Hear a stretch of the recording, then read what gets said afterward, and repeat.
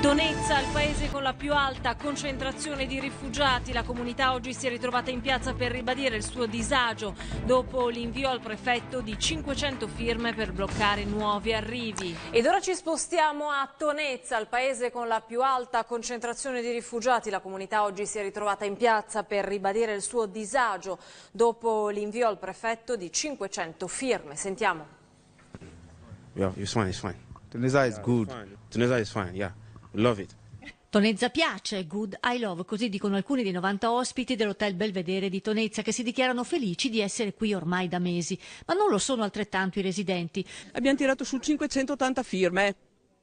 La risposta non è ancora arrivata, va bene, dovevano diminuirli, dovevano fare tante cose. Sono soprattutto le donne a non sentirsi più sicure.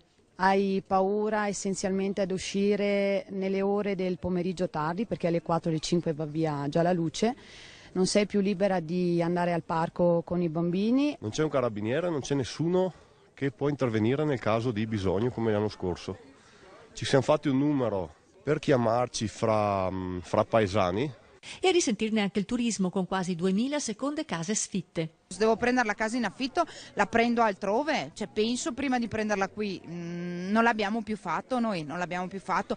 536 residenti e 90 richiedenti asilo, una proporzione numerica che rischia di essere dirompente sulla popolazione. Sono state fatte richieste sulla sicurezza, su che il numero non aumentasse, addirittura che venga ridotto a metà o addirittura massimo 20 persone. Da 4 mesi a questa parte invece da 82 siamo arrivati a 93. E all'integrazione diffusa, qui in montagna, non ci crede più nessuno.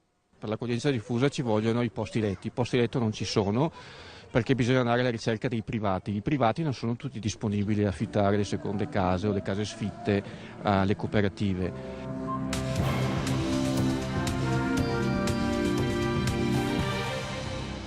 Profughi concentrati nel piccolo paese montano di Tonezza del Cimone, la gente contesta, questa non è accoglienza diffusa. Passiamo alla questione profughi, tornano a manifestare alcuni residenti di Tonezza del Cimone, piccolo comune del Vicentino che ospita 90 migranti. Da una parte la preoccupazione per la sicurezza, dall'altra il sindaco che rassicura, ma pone anche l'accento sulla questione dell'accoglienza diffusa che non funziona. Matteo Mokorovicic. Non sappiamo chi sono, non sappiamo che precedenti hanno, non sappiamo niente. Non mi sento un razzista, assolutamente, però ho paura. Avevano manifestato già qualche mese fa e tornano a farlo ora. Tonezza del Cimone, provincia di Vicenza, un paese di montagna dove da 1 anno e mezzo un privato ospita in un albergo una 90 di profughi e dove alcuni residenti e il comitato Prima Noi protestano contro il sistema dell'accoglienza. Diciamo 1100 metri, 340-400 anime di popolazione.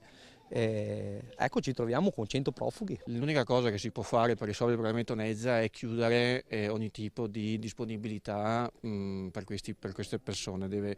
Se non altro deve essere ridimensionato il numero degli ospiti. Troppi in un solo posto e per di più poco abitato. Il disagio arriva anche da qui, ma è la conseguenza pure del fatto che l'accoglienza diffusa tra comuni non funziona. Il sindaco ne sa qualcosa. Si è venuta a creare questa situazione per cui la disponibilità dei privati ha in qualche modo superato la capacità dei territori di organizzarsi in una prima fase e questo poi non si è più, è una frattura che non si è più ricomposta. Il primo cittadino comunque rassicura che non arriveranno altri ospiti e parla di situazione sotto controllo. L'albergo è a pochi passi dal centro, la titolare sa del malumore, ma non ci sta a passare per quella che ha innescato una bomba sociale. Di queste situazioni di sicurezza che dicono poi che ci sono stati episodi che adesso il paese... C'è stata una grossa lite in luglio, ma causata qua dentro, fra di loro, non c'entra niente col paese.